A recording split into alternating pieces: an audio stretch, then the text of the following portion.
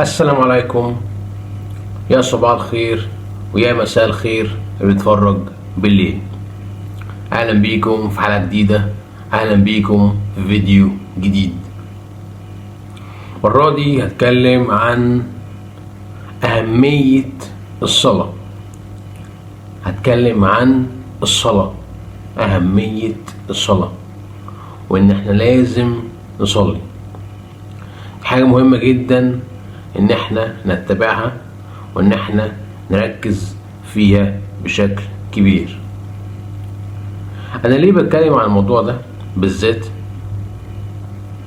علشان ده يعتبر الشيء الأساسي والشيء المهم في كنا موجودين في هذه الحياة أو في هذا العالم. بمعنى إن أنت موجود في الحياة دي عشان تعبد ربنا وعلشان تصلي، مش علشان تعيش. يعني انت لو ركزت وبصيت ان انت وجودك في الحياة لمجرد ان انت موجود علشان تصلي وعلشان تعبد ربنا، حياتك هتختلف، نظرتك للوجود هيختلف، لانك انت فاكر ان انت جاي الدنيا دي عشان تعيش وتنبسط وتظبط الدنيا وانت تعيش حياتك والكلام ده كله. ولكن ده لسبب اسباب كتير، اسباب التشويش واسباب الميديا واسباب الترفيه واسباب الحاجات اللي هي موجودة قدامنا في كل حتة، اللي هي بتخلينا ان احنا نتمسك بالحياة ونتمسك بالدنيا ونتمسك بوجودنا في هذه الحياة بالشكل اللي الناس دول عايزيننا نكون بالشكل ده، مش بالشكل اللي المفروض او مش بالشكل اللي احنا وجدنا بيه في الحياة، او ربنا وجدنا في الحياة للسبب الرئيسي والسبب اللي هو الصلاة، واللي هو ان احنا نصلي وان احنا نعبد ربنا. فاهمين قصدي؟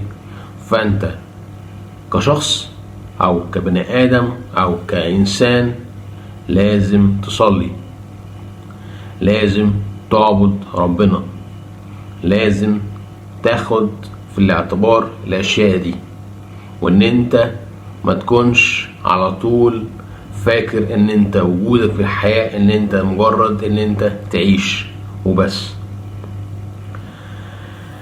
يعني انا مش عايز اذكر ايات من القرآن علشان عايز اخد الموضوع بشكل موضوعي او بشكل للناس اللي هي مش بتصلي خالص، او الناس اللي هي عايشة حياتها، والناس اللي هي شايفة ان هي ده كده هي دي الحياة وان هي دي المفروض نعيش بالشكل ده. لا، احنا موجودين في الحياة عشان نعبد ربنا، عشان نعبد ربنا، مش علشان ان احنا نعيش وعلشان ان احنا نقضيها وعلشان ان احنا نروح نسافر ونيجي ونروح والكلام ده كله. لا، انت موجود اساسا في الدنيا دي عشان العبادة، عشان العبادة، عشان تصلي، عشان تعبد ربنا، علشان تقرب من ربنا،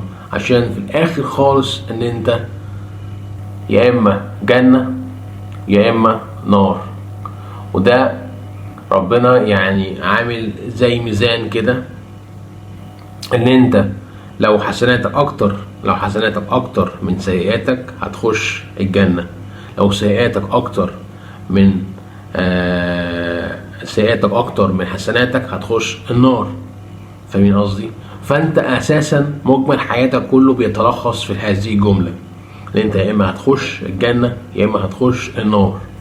فانت لازم يكون في عندك اعتبار وتركز وتشوف مستقبلك، عشان ده هو ده المستقبل الحقيقي، مش ان احنا بقى ندور على شغل، ندور على زوجة، ندور على سفر، ندور على رحلة، ندور على الحاجات دي كلها. لا، انت موجود اساسا علشان تعبد ربنا، وعشان تصلي، عشان تصلي.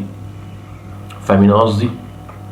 فانت الامور الدنيويه دي ما تشغلش بالك بيها، لان ده رزق، وان ده نصيب، وان ده حظ، وان ده الامور دي كلها. انت في الاخر ربنا هيرزقك هيرزقك هيرزقك.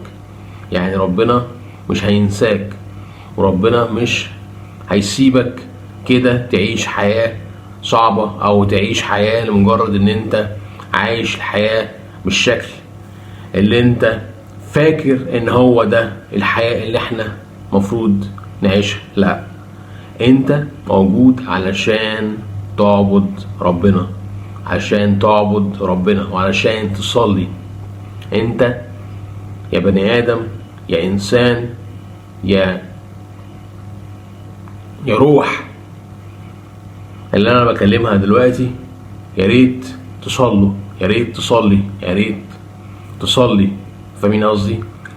وانا يعني ما عنديش روشتة ازاي تصلي، ولكن انت اللي تصلي اللي انت تخش تتوضى وتروح تصلي الصلوات الخمس. يعني دي الحاجة اللي انا شايفها ان انا ممكن انصحك ان انت تعملها، يعني بالشكل اللي هي يعني ما عنديش روشتة انت المفروض تعمل ايه علشان تصلي. انا بقول لك صلي، علشان هو ده عماد الدين، او هو ده مربط الحياة، او مربط وجودنا في الحياة.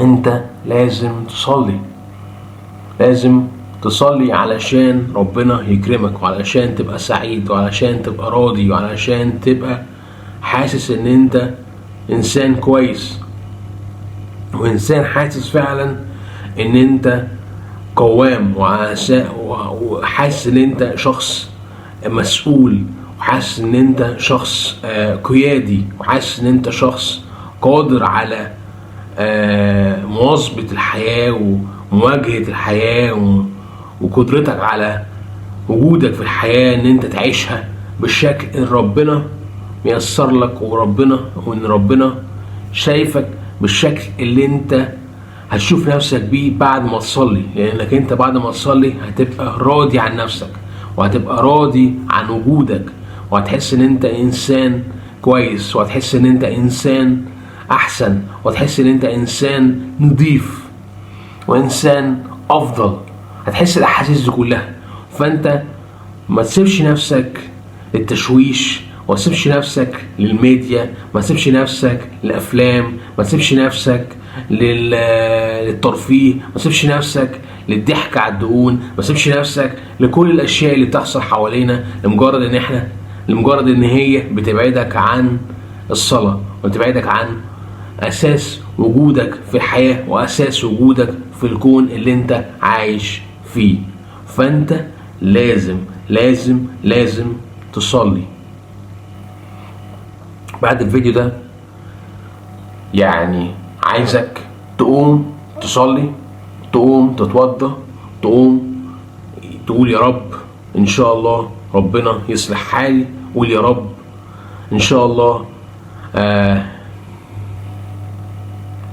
هبطل ان انا اعصيك، هبطل ان انا اعمل اشياء تغضبك، هبطل الاشياء دي كلها. قوم صلي صلي صلي، عشان هو ده الشيء اللي هتسأل فيه في القبر، وهتسأل فيه في الآخرة، في اليوم القيامة.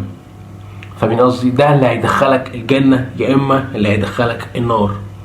فأنت لازم تحط في اعتبارك اللي أنت تفكر في مستقبلك، ده مستقبلك الحقيقي، الآخرة في الآخر خالص، هي بعد الحياة. الحياة دي ايه؟ 60 70 80 90 سنة، وفي النهاية ايه؟ خلاص هتموت، والحياة هتنتهي، وغيرك هيجي وغيرك هيجي وغيرك هيجي. فانت لازم تعمل لمستقبلك اللي في الحقيقي، مستقبلك الحقيقي اللي انت تخش يا اما جنة يا اما تخش النار، وده الحياة الأبدية اللي احنا هنعيشها ان شاء الله. فانت لازم تصلي، صلي عشان ربنا يكرمك، وعلشان ربنا ينفخ في صورتك، وعلشان ان انت تبقى انسان احسن وراضي عن نفسك وسعيد ونضيف وحاسس ان انت انسان كويس. شكرا لكم، وكان معكم وائل حامد. اشوفكم على خير، ومع السلامة، الى اللقاء. السلام عليكم.